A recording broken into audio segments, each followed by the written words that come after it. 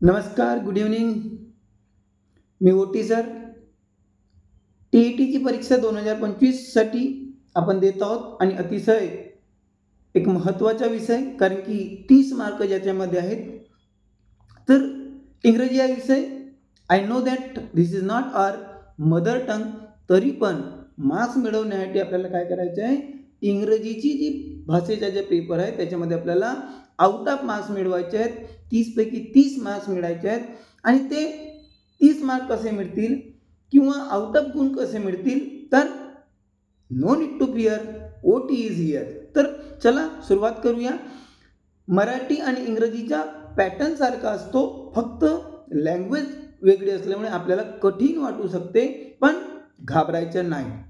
सर्वात अगोदर आपण बघितला होता, एकतर पॅसेज येईल किंवा एखादा पोयम येईल आणि त्याच्यानंतर त्याच्यावर आधारित काय असतील, प्रश्न असतील. तर आपण नो मोठ्या मोठ्या बाता, आपण डायरेक्ट काय करूया, सुरुवात करूया.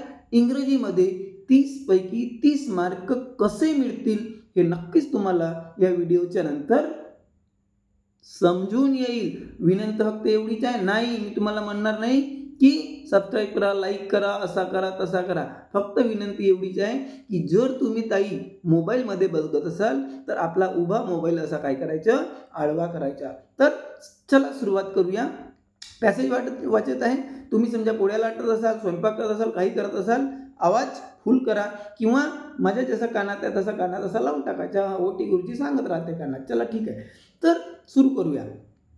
On the terrible Tuesday, the 26th of July 2005, the sky suddenly became an ocean and pure turbulent water on Mumbai to transform all the bylanes into streams, lanes and streets into river, and boats and roads turn into the tributaries of the mighty river of Brahmaputra, known for flash flood of enormous intensity. I know that most of my brother and sister are not able to understand this in the Marathi. आपण याच्या मराठीत काय होईल म्हणजे translation काय होईल ते आपण बघून घेऊया.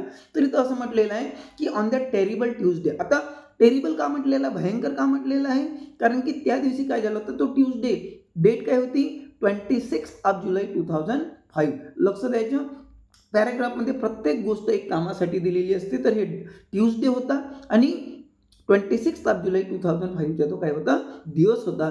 The sky suddenly became an ocean. आता जे आभाळ आहे ते अचानक किंवा सडनली कशामध्ये परिवर्तित झाले, तर ओशियन, महासागरामध्ये परिवर्तित झालं. And pouring turbulent waters on Mumbai, आणि मुंबईवर भदाभदा, धोधो ज्याला आपण म्हणतो किंवा ज्याला आपण काय म्हणतो मुसळधार पाऊस काय झाला, बरसला.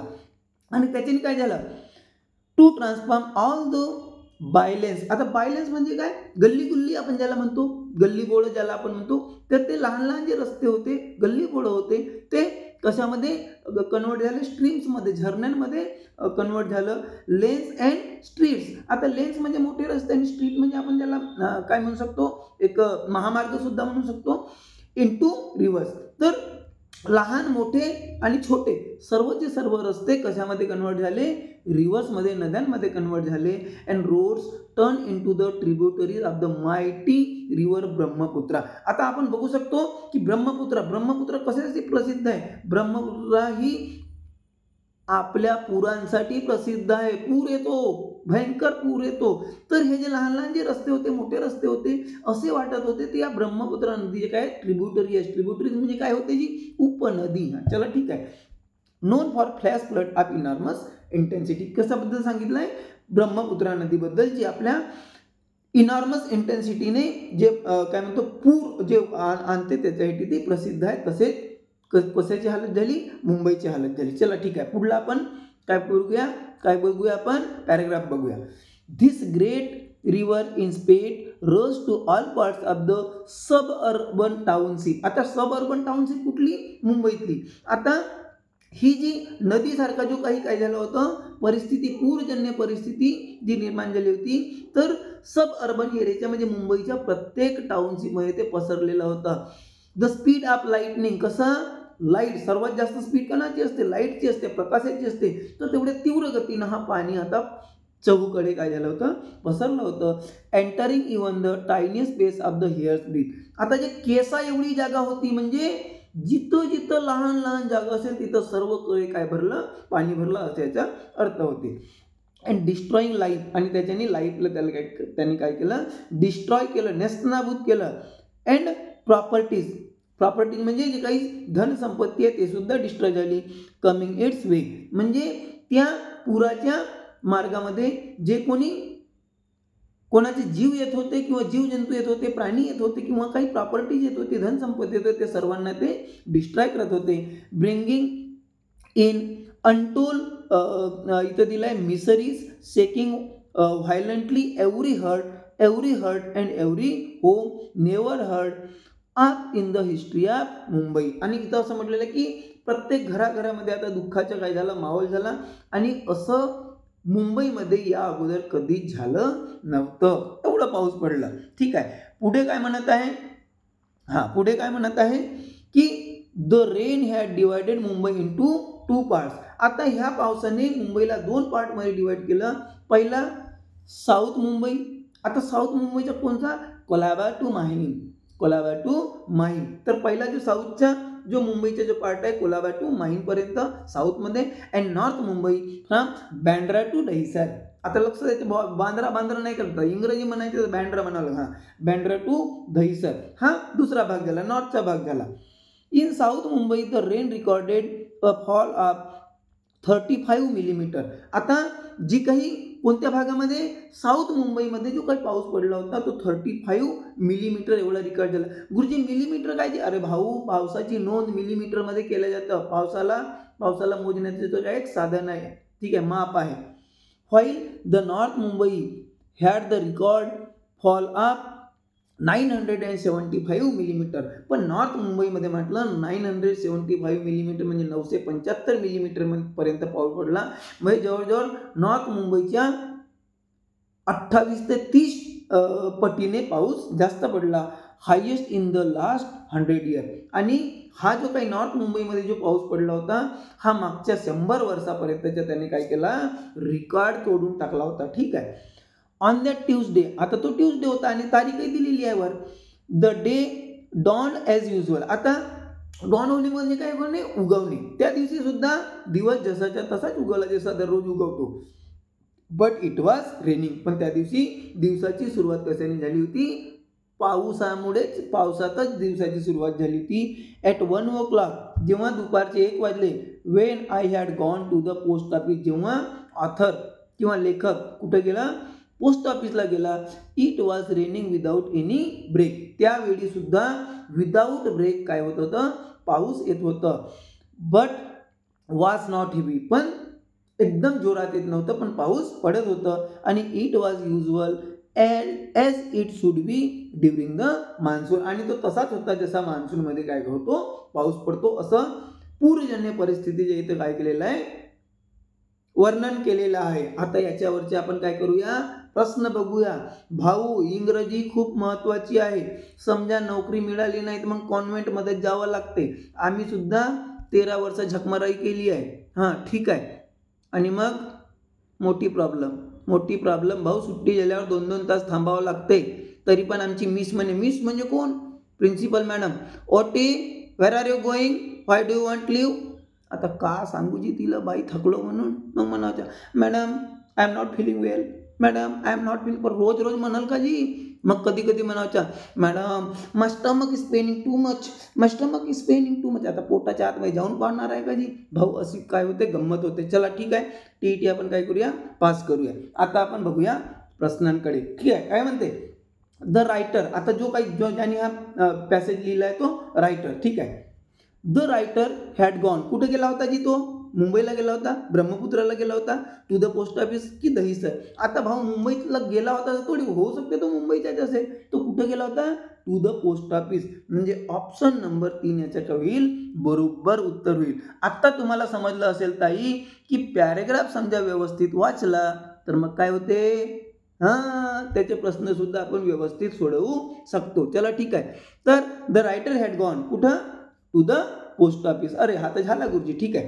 त्यानंतर पुढला प्रश्न, द मायटी रिव्हर ब्रह्मपुत्र आलाय ना वर्णन, हा इज फेमस फॉर, कशासाठी फेमस आहे, flash flood of enormous intensity, की टर्ब्युलेंट वॉटरसाठी, की ड्यू टू इट्स ट्रिब्युटरीजसाठी म्हणजे उपनद्यांसाठी, की ब्रिंगिंग इन अनटोल्ड मिशनरी, कशासाठी, तर कशासाठी ती फेमस आहे, flash floods of enormous intensity, याच्यासाठी ती काय आहे, फेमस आहे. ऑलरेडी आपल्या पॅराग्राफमध्ये तो काय आलेला आहे, हां शब्द आलेला आहे किंवा अर्धा वाक्य आलेला आहे. चला ठीक आहे. The area of Mumbai received the record fall of rain was, किती, कोणत्या ठिकाणी, नॉर्थ मुंबई की साऊथ मुंबईमध्ये, तुम्ही सांगा बरं जी. अजी गुरुजी नॉर्थ मुंबईमध्ये होता, 900 काहीतरी होता जी, हां नॉर्थ मुंबईचा आहे, कारण की साऊथ मुंबईमध्ये तर फक्त 35 mm होता, मिलीमीटर. चला ठीक आहे. त्यानंतर पुढला प्रश्न बघूया आपण, the sky suddenly became an ocean means, याचा अर्थ काय होते, तर इथं 4 ऑप्शन दिलेले आहेत. The sky was looking like an ocean, the sky was as blue as an ocean, आता दुसरा तर बिलकुलच नाही आहे जी. The sky was pouring a turbulent water and it was heavy downpour. हां गुरुजी असा दिलेला आहे जी. पुढलाही बघून घेऊया आपण, the sky was as deep as an ocean, हाही नाही आहे, तर काय आहे तिसरा क्रमांक, the sky was pouring turbulent water and it was heavy downpour. हां मुसळाधार बारिश होती. चला ठीक आहे. पुढला आपण प्रश्न बघूया, अतिशय सोपाही येतात गुरुजी. हां choose the correct alternative for the opposite meaning of happy. हॅप्पीची अपोजिट करण्यासाठी काय करावं लागतं, अनहॅपी. आता अनहॅपीमध्ये काय लागेल, युएन अन. चला झाला. हां असंही असते गुरुजी, फक्त घाबरायचं नाही, काय करायचं, सामना करायचा. ओटी है तो कोटी जाने की जरूरत नाही. चला ठीक आहे. तर पुढला प्रश्न बघूया आपण, select the correct alternative to seek the permission. Seek म्हणजे काय करणे, घेणे. जसं मी परमिशन घेतो तो मॅडमची, madam may I leave now, वाय ओटी, सांगितलं होतं ना जी, पोटात गुडगुड करते म्हणून, my stomach is paining too much, my stomach is paining too much. हां तसा परमिशन घ्यावं लागते ना त्या बाईची. हां प्रिन्सिपल मॅडम मिस म्हणतात, मिस. चला ठीक आहे. तर परमिशनवाला कोणता आहे, आय मे गो आउट, नाही जी असं नाही म्हणत होत बया. त्यानंतर मे आय गो आउट, हो जी असं म्हणले जाते. त्यानंतर आय कॅन गो आउट, अरे कॅन आय गो आउट असंही होते, पण लक्ष द्यायचं, कॅन जनरली आपण लावत नाही, कॅन गो आउट नाही. आता कॅन का नाही लावत जी, कॅन आणि मे दोन्हीचा अर्थ सारखाच होतो, पण कसं तुम्हाला सांगतो, आपण हिंदी तुम्ही कधी कधी म्हणत असाल, तुम कहाँ जा रहे हो, कसं वाटते जी, आणि म्हटले आप कहाँ जा रहे हो, कोणता चांगला वाटते, आप कहाँ जा रहे हो, तुम कहाँ जा रहे हो. तर तुम म्हणजे उद्धटपणासारखं आहे कॅन, आणि अगदी पोलाईट अगदी नम्रपणे काय आहे मे. तर मे आय गो आउट म्हणजे परमिशन कशी मागायला पाहिजे, भेटलाच पाहिजे ना जी, पोटात दुखते म्हणून. आम्ही 13 वर्ष केला असा. चला ठीक आहे. तर याच्याबरोबर उत्तर काही may I go out, option number 2. आपल्याला काय करायचं, डार्क करायचं आहे. चला ठीक आहे. त्यानंतर choose the correct alternative with the same pronunciation same पाहिजे. जसा SCN काय म्हणतो, सीन, SEEN सीन. त्यानंतर WHOLE होल. आता दुसरा होल कोणता, अजी गुरुजी भेटला जी, ऑप्शन नंबर 3 मध्ये HOLE होल. हा तर हेल आहे, हा हॉलो आहे, हा हॉल आहे. होल कोणता आहे, HOLE होल, आणि WHOLE होल. हां चल ठीक आहे. त्यानंतर आपण पुढला प्रश्न बघूया, choose the correct alternative to complete the following dialogue. आता केदार भाऊ म्हणते, काय म्हणते, हॅलो युसुफ, तर हॅलोचा उत्तर आपण काय म्हणतो जी, हाय म्हणतो. आता हाय कुठं लिहिलेलं आहे, ऑप्शन नंबर 2 मध्ये आहे. कुठं आहे, ऑप्शन नंबर 2 मध्ये. बरोबर आहे ना जी. हां चला ठीक आहे. पुढला आपण प्रश्न बघूया. हां पुढला प्रश्न समजते ना जी. हां चला ठीक आहे. आपण सर्वच विषय शिकवतो भाऊ, कारण की आपल्याकडे असं काही मोठा जातचा असा काही ग्रुप नाही आहे, आणि आपण असं काही तुमच्याकडून पैसे घेत नाही. आपण आहेत म्हणला, आपण भरपूर काही मेहनत केली, आपले गुरुजी लोकही लागल्या पाहिजे. चला ठीक आहे, पास झाल्या पाहिजे. ठीक आहे. तर choose the correct alternative from the following words to complete the sentence. Complete sentence करण्यासाठी योग्य आपल्याला वर्ड शोधायचा आहे. Mount Everest is the blank mountain in the world. काय, हायर टू हाय, हायेस्ट की हाय. अरे गुरुजी सोप्पा आहे जी, हायेस्ट. काय Mount Everest is the highest mountain in the world. चला ठीक आहे. त्यानंतर a good introduction to a text should be. Introduction म्हटलंय, हा ताई लक्ष द्यायचं. Introduction, a good introduction to a text. कोणत्याही टेक्स्टचा एक चांगला इंट्रोडक्शन काय होऊ शकते, short and to the point. Short असायला पाहिजे आणि पॉइंट वाईज असायला पाहिजे. ठीक आहे. Telling the students anything that they can find out for themselves by reading the book. मुलांना काहीच सांगणे जेणेकरून आता ते काय करतील, पुस्तक वाचत बसतील. नाही ना गुरुजी, असं नाही होत ना जी, हा चुकला भाऊ. A detail explanation. अरे भाऊ हा काय म्हटलंय, इंट्रोडक्शन, याच्यामध्ये डिटेल एक्सप्लेनेशन कशाला पाहिजे जी, नाही झाला. त्यानंतर blocking the students active involvement. अरे भाऊ हा तर क्राईम आहे जी, गुन्हा आहे. मुलांच्या ऍक्टिव्ह इन्व्हॉल्वमेंटला ब्लॉक नाही करायचं आहे, त्याला अजून काय करायचं आहे, प्रोत्साहन करायचं आहे. म्हणजे आपला जो गुड इंट्रोडक्शन आहे तो कसा असायला पाहिजे, अ गुड इंट्रोडक्शन कसं असायला पाहिजे, short and to the point. हा बिलकुल पॉइंट वाईज असायला पाहिजे आणि शॉर्ट असायला पाहिजे. चला ठीक आहे. त्यानंतर the aim of the mechanical drill. आता गुरुजी हा मेकॅनिकल ड्रिल म्हणजे काय, म्हणजे तो होते का जी, असं तो खिळा लावतो तो वाला ड्रिल का जी, नाही जी. मेकॅनिकल ड्रिल म्हणजे यंत्रसामुग्री. जे काही आपण यंत्रसामग्री वापरतो नवनवीन, वर्गामध्ये आपण प्रयोग करतो ना भाऊ, NEP आलाय ना जी, तर त्याचा उद्देश काय आहे, तर इथं कशासाठी मेकॅनिकल ड्रिल वाचायची, आपण काय शिकवतो, मराठी शिकतो किंवा इंग्रजी शिकतो. हे दोन्ही काय आहेत, लँग्वेज. ह्या लँग्वेजमध्ये समजा मेकॅनिकल ड्रिल करायची आहे, तर त्याचा उद्देश काय असेल, improve the fluency of the learner. Fluency improve करणे. ठीक आहे. त्यानंतर इम्प्रूव्ह मध्ये ॲक्युरेसी. भाऊ ॲक्युरेसी हा मॅथमध्ये येते, लँग्वेजमध्ये नाही. आम्ही इंग्रजी लँग्वेज पाहतो, ॲक्युरेसी नाही. Strengthen the rote learning capacity of the learner. लर्नरची रोल कॅपॅसिटी नाही, बरोबर नाही आहे. आणि encourage creative use of language among the, नाही हे सुद्धा नाही. तर काही among the fluency of the learner. लर्नरची काय करायची, फ्लुएन्सी इम्प्रूव्ह करायची. ठीक आहे. पुढला प्रश्न आपण बघूया, काय म्हणतो जी, ठीक आहे. एकच प्रश्न दिसतोय, दुसरे आपल्याला काय करायचं आहे, क्रिटिकल रीडिंग. Critical reading. आता इथं काय म्हटलंय जी, क्रिटिकल रीडिंग म्हटलंय. आता क्रिटिकल रीडिंग आपण समजा केला, critical reading requires learner to, काय बघून घेऊया आपण, for understanding the information directly in the text. सर्व म्हणजे डायरेक्टली इन्फॉर्मेशन जी काही टेक्स्टमध्ये आहे ते समजण्यासाठी का क्रिटिकल म्हटलंय ना जी. To recognise ideas and information not directly. Not directly कसा होईल, हा तर चुकलाच आहे. in a manner that requires judgments about the accuracy of the text and validity of conclusion down. ते आपल्याला जजमेंट करता यायला पाहिजे आणि त्याचे आपल्याला कॉन्क्लुजन सुद्धा काढता यायला पाहिजे. त्याला आपण काय म्हणतो, क्रिटिकल रीडिंग म्हणतो. म्हणजे आपण म्हणतो ना भाऊ समजून समजून वाच रे, नाही तर बस वाच. याचा मतलब सांग रे भाऊ, तर काहीच नाही, तो नाही. तर जो मतलब सांगू शकतो, अर्थ सांगू शकतो, मतलब जी, ठीक आहे ना. हो अरे भाऊ विदर्भच आहे ना जी, मतलबच म्हणतो आम्ही. ठीक आहे. तर क्रिटिकल रीडिंग मध्ये काय झालंय, जो वाचलाय त्याला समजायला पाहिजे. बरोबर आहे. चला ठीक आहे. Option number 3. पुढला प्रश्न आपण बघूया, काय म्हणत आहे, अ टीचर एंगेजेस हर लर्नर. आता हर लर्नर म्हणजे मास्तरीन बाई. ती टीचर कोण असेल, मास्तरीन बाई असेल, ओटी सारखा नसेल, मास्तरीन बाई असेल.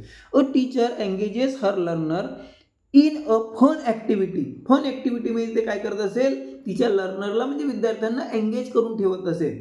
Before beginning a new lesson. Naveen chapter किंवा लेसन किंवा धडा किंवा पाठ शिकवण्याच्या अगोदर.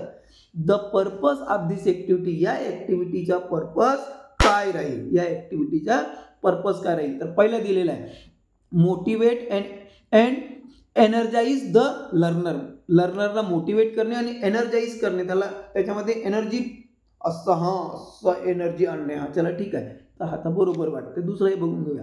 डिसिप्लिन. नाही, पोरांना डिसिप्लिन तुम्ही नका शिकू, तुम्ही स्वतः डिसिप्लिनमध्ये राहा, पोरं बरोबर डिसिप्लिन येतील. हा तिसरा आहे डिसिप्लिन. हा स्वभाव पाहो, हे डिसिप्लिन निगेटिव्ह वर्ड आहे. हा डिसिप्लिन पोरामध्ये पाहिजे नाही. अरे तुम्ही डिसिप्लिनमध्ये राहा, तुम्हाला पाहून पोरं बरोबर डिसिप्लिनमध्ये राहतील. चला ठीक आहे. त्याच्यानंतर reduce the workload of the teacher. नाही भाऊ, मास्तराच्या बाऱ्यात आता सोचलाच नाहीये, विचारच नाही केलाय, कोणाच्या बाऱ्यात सोचलाय जी, मग पोरं केंद्रबिंदू कोण? पोरं. म्हणजे समजा मॅडम काय करत असेल, मुलांना काही चॅप्टर शिकवण्याच्या अगोदर जर त्यांना काय करत असेल फन ऍक्टिव्हिटी देत असेल, तर त्याला ती काय करते? मोटिवेट करते आणि त्यांना एनर्जाइज करते. चलो ठीक आहे, एनर्जेटिक बनवते. ठीक आहे, म्हणजे ऑप्शन नंबर 1. त्यानंतर आपण पुढला प्रश्न बघूया. Read this exchange. काय म्हणताय? टीचर म्हणतो, काय म्हणतो? Do you like to read a story book instead? तुला स्टोरी बुक सुद्धा वाचन आवडते? स्टुडंट म्हणतो यस.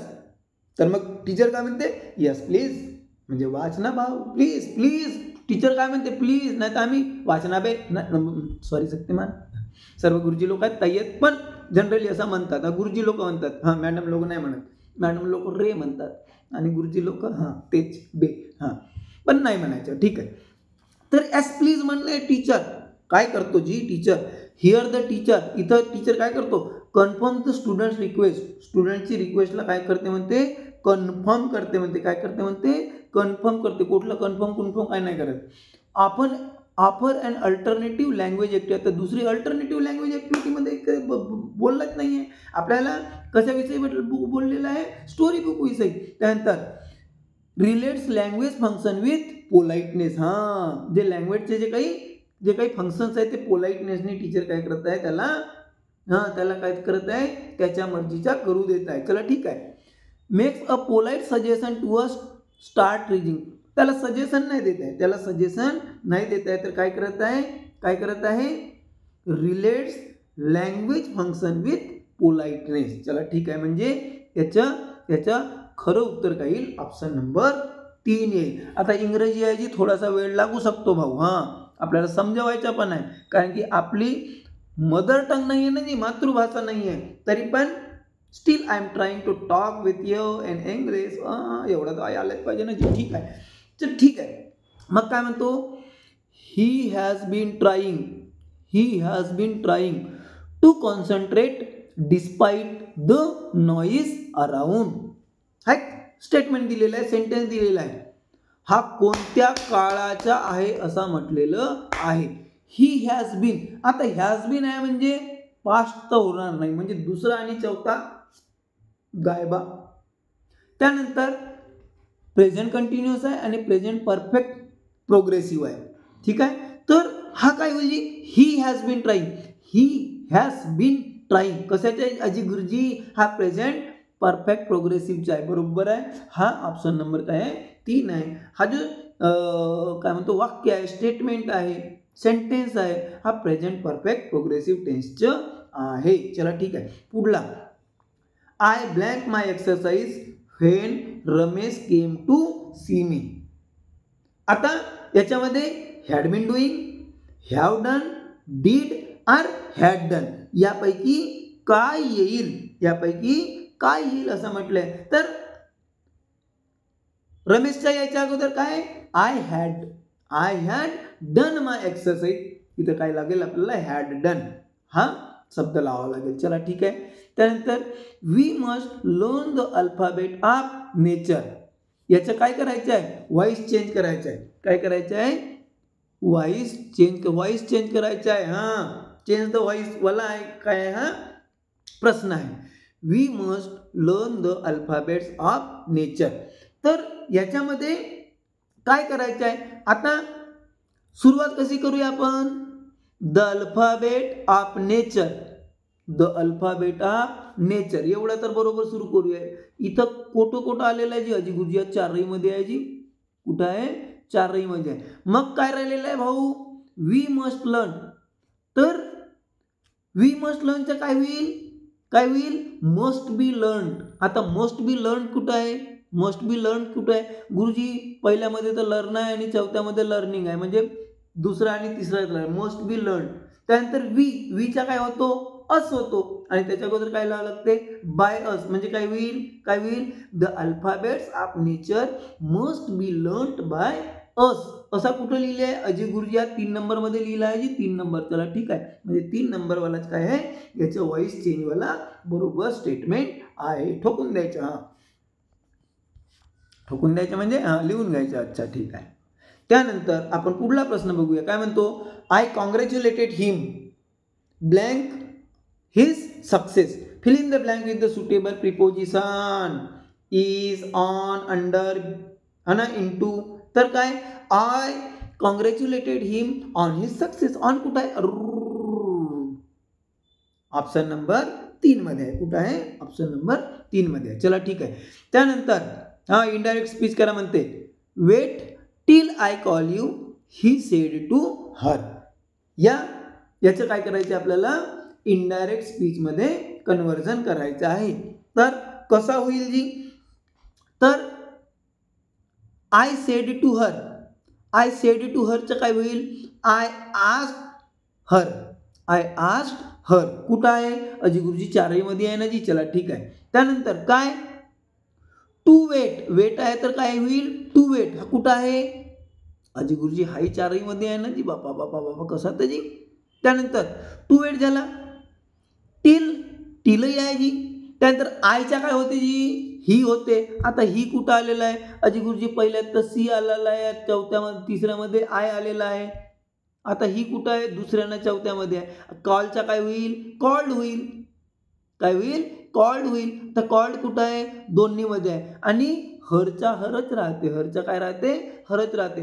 असा कुठे दिलाय, अजी गुरुजी असा कुठं आहे, नंबर 4 मध्ये आहे. चला ठीक आहे. आपण जो काय माझा जुना व्हिडिओ आहे त्याच्यामध्ये सुद्धा how to convert direct to indirect speech, change the degree, change the voice, हे सर्व आपण शिकवलेलं आहे. समजा तुम्हाला वाटत असेल भाऊ समजा, तर काय करायचं, चॅनलला सबस्क्राईब करायचं आणि ओटी गुरुजीची पूर्ण पोथी पुराण बघायची. CTET आणि TET मध्ये काय काय केलंय तुम्हाला बरोबर मिळेल. चला ठीक आहे. पुढला बघूया आपण. जे तुमचे काही गुरुजा काय म्हणते मित्रमैत्रिणी असतील भाऊ, त्याच्याही थोडासा भला करा, व्हिडिओ नक्की पाठवायचा त्यांना. अरे कल भरा तो हो भरा. चला ठीक आहे. काय, कर भला तो हो भला. चला ठीक आहे. The diamond ring is one of the most precious things I possesses. Diamond ring आहे तो उर्दू नाही भाऊ आपली तर थोडीशीच आहे. चला ठीक आहे. Choose the correct form of degree. डिग्रीचा काय करायचं आहे, करेक्ट फॉर्म तुम्हाला लावायचा आहे. तर काय होईल, काय होईल, very few things I possesses are as precious as the diamond ring. असं याच्या काय होईल, डिग्रीमध्ये चेंज होईल. काय म्हटलं मी, जसं आहे ना, the diamond ring is one of the most precious things I possesses. तर याच्या डिग्रीमध्ये काय कन्वर्ट होईल, very few things I possesses are as precious as the diamond ring. असा कुठं लिहिला आहे अजी, पहिला तर नो अदर आहे, व्हेरी फ्यू तर दुसऱ्यामध्ये आहे, नो थिंग्स म्हणजे दुसरा काही चौथा, अजी चौथा आहे. चौथाच त्याच्या होईल, बरोबर त्याचे डिग्रीचा करेक्ट फॉर्म होईल. चल ठीक आहे. त्यानंतर आपण पुढला प्रश्न बघूया. काय म्हणतो जी, पुढला प्रश्न एकच प्रश्न येते भाऊ, तरी पण काय करायचं, मोबाईल आडवा करून ठेवायचा. ठीक आहे.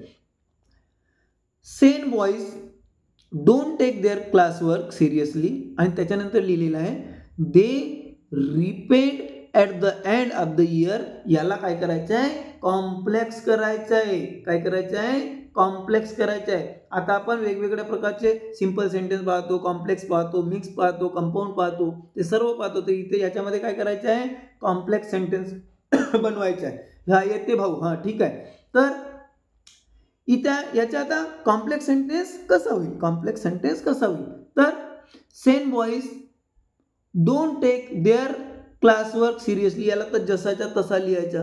त्यानंतर दे, आता दे म्हणजे कोण, सेन बॉईज, म्हणून काय लावावं लागेल, हू. आता हू कुठं लागलाय, इथं तर एंड लागलाय, आता होतच नाही. दॅट लागलाय, हाही होत नाही. आणि त्याच्यानंतर इथं काय लिहिलं जी, who don't take, ten boys who don't take, नाही असंही होत नाही. म्हणजे who repent at the end of the year, हा काय होईल, त्याचा प्रॉपर कॉम्प्लेक्स फॉर्म होईल. कॉम्प्लेक्स फॉर्म मध्ये आता सेंटेन्स आलं. त्यानंतर पुन्हा फिरसे म्हटलंय, फिरसे एक बार कोणची सरकार, तर पुन्हा कॉम्प्लेक्स वाला दिलेला आहे. बघून घेऊया. आपल्याला चौथा ऑप्शन दिसत नाहीये. आत्ता दिसला का जी, हो जी दिसला. ठीक आहे. There was my wife Bella. आता माझ्या वाईफचं नाव नाही आहे बेला, पण इथं लिहिलेलं आहे laughing through tears of deep relief. याला सुद्धा काय करायचं आहे, ह्याला सुद्धा काय करायचं आहे, कॉम्प्लेक्समध्ये कन्वर्ट करायचं आहे. तर काय होईल there was my wife Bella. एवढा तर जसं जसं तर बरोबर आहे. कोणाविषयी बोललाय, माय वाईफ विषयी. आणि तिला आपण आता काय म्हणूया, who was lopping through tears of the deep relief. असं होईल. असा कुठे लिहिलं आहे अजी गुरुजी सॉरी 3 मध्ये लिहिलं आहे जी म्हणते. ठीक आहे. त्यानंतर आपण पुढला बघूया.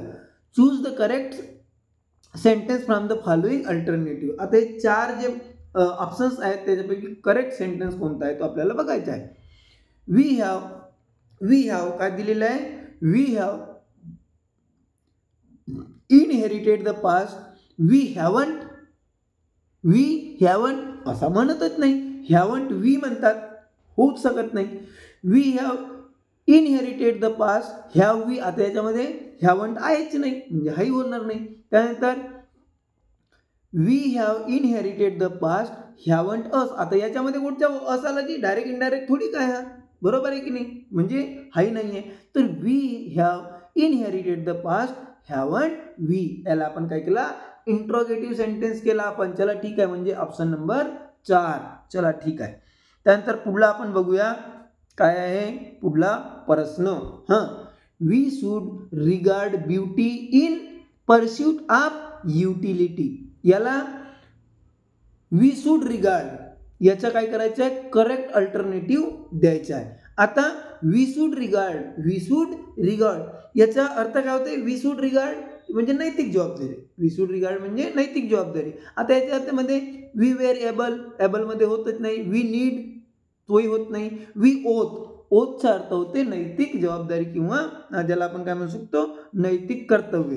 तर हा we ought to regard beauty in pursuit of utility हा त्याचा होईल करेक्ट अल्टरनेटिव्ह होईल. एकतर we should regard beauty in pursuit of utility म्हणा किंवा we ought to regard beauty in pursuit of utility म्हणा. ठीक आहे. त्यानंतर आपण पुढला प्रश्न बघूया. काय म्हटलेलं आहे, जेजस वुड प्रेच लॉजिक. आता प्रेच लॉजिक म्हणजे काय, शिकवण. Jesus would preach logic. आता जेजसची शिकवण काय, यामध्ये वुड काय इंडिकेट करते, जेजस वुड प्रेच लॉजिक याच्यामध्ये वुड काय करते, वुड काय करते, हॅबिच्युअल ऍक्शन इन पास्ट दाखवते, पास्ट मधली हॅबिच्युअल ऍक्शन दाखवते, की पोलाइट रिक्वेस्ट दाखवते, की पॉसिबिलिटी दाखवते, की ऑब्लिगेशन दाखवते. तर याच्यामध्ये काय दाखवत आहे, हॅबिच्युअल ऍक्शन इन पास्ट हा वुड हा शब्द दाखवतो. काय, हॅबिच्युअल ऍक्शन इन पास्ट. म्हणून त्याच्या बरोबर उत्तर काय येईल, ऑप्शन नंबर 1 येईल. त्यानंतर आपण पुढला प्रश्न बघूया. ॲब्सर्ड. आता absurd choose the closest synonyms म्हणजे समानार्थी. आता भाऊ तुम्हाला ॲब्सर्डचा अर्थ माहित असेल तेव्हाच तर तुम्ही सिनोनिम्स कराल नाही. आणि ॲब्सर्डचा अर्थ होते पागल. एकाने मला कमेंट्स केला होता, बेवडा गुरुजी. तर पागल. आता पागलसाठी कोणता वर्ड आलेला जी, एक्स्ट्राऑर्डिनरी म्हणजे पागल होते का, सिली म्हणजे पागल होते का, मॉकिंगली म्हणजे पागल होते का, की वेज म्हणजे पागल होते का. सिली आपण म्हणतो ना, सिली गाय. चला ठीक आहे. तर ॲब्सर्डचं करेक्ट सिनोनिम्स काय होईल, किंवा अगदी जवळचा क्लोजेस्ट सिनोनिम्स काय होईल, सिली, मूर्ख. ठीक आहे. तुम्हाला नाही म्हणत आहे जी, ठीक आहे. नाही तर ताई म्हणाला हा कुत्र्या कोठून आला. चला जाऊ द्या. Choose the correct opposite word. Choose the correct opposite word. कशासाठी लिनायंटसाठी. लिनायंटसाठी. आता लिनायंटचा अपोजिट, आता सर्वात तेच आलं. लिनायंट म्हणजे काय, लिनायंट म्हणजे काय. आता लिनायंटचा अर्थ होतो मऊ, सॉफ्ट, मृदू. असा का गुरुजी. तर मग याचा अपोजिट कोणता होते जी, हार्स. आपण काय म्हणतो, हार्स, कठोर, निष्ठुर. तर हार्स त्याच्या काय होईल, बरोबर अपोजिट वर्ड होईल. त्यानंतर शेवटचा अध्याय आपण सुरू करणार आहोत. त्यानंतर बोलो सत्यनारायण भगवान की जय म्हणूया. ठीक आहे. काय म्हटलंय, कायनेस्टिक लर्निंग इन्व्हॉल्व. आता कायनेस्टिक लर्निंग, आता याच्यामध्ये बघूया आपण कायनेस्टिक लर्निंग म्हणजे काय. तर जे काही आपण काय म्हणतो शारीरिक जाणीव म्हणतो किंवा देहबोध, त्याला आपण काय म्हणतो कायनेस्टिक लर्निंग म्हणतो. समजलं का? काय म्हटलं मी? शारीरिक जाणीव किंवा देहबोध हे लर्निंग मध्ये काय इन्व्हॉल्व असते? तर identifying sounds, having a sharp clear and mental picture. तिसरा दिलेला आहे developing a strong feeling towards and experience. एक्सपिरियन्सच्या प्रति आपली काय करणे? स्ट्रॉंग फिलिंग डेव्हलप करणे की रिलेटेड टू पीपल किंवा ऑब्जेक्ट काय इम्पर्सनली. तर याच्या कायनेस्टिक लर्निंग मध्ये काय इन्व्हॉल्व असते? तर developing a strong feeling towards and experience. असं याचं तिसरा उत्तर लिहू शकतो आपण. प्रत्येक विषयाचे मग तो पेपर 1 असो पेपर 2 असो, लँग्वेजसाठी पेपर 1 किंवा पेपर 2 लागू होत नाही. आता तुम्हाला जर वाटत असेल का ओटी गुरुजी आमच्यासाठी ओव्हर टाईम करते, तर मग काय करायचं? सबस्क्राईब करायचं आणि सर्वचे सर्व जे काही व्हिडिओ आहेत त्याचे नोटिफिकेशन घ्यायचं आणि स्वतःबरोबर आपल्या मित्र मैत्रिणींचा सुद्धा काय करायचं? फायदा करायचं. कर भला तो हो भला. त्यांना काय करायचं? शेअर करायचं. आवडलं तर लाईक करायचं, नाही तर तुमची इच्छा जी. इथंच थांबतो. जय हिंद जय भारत.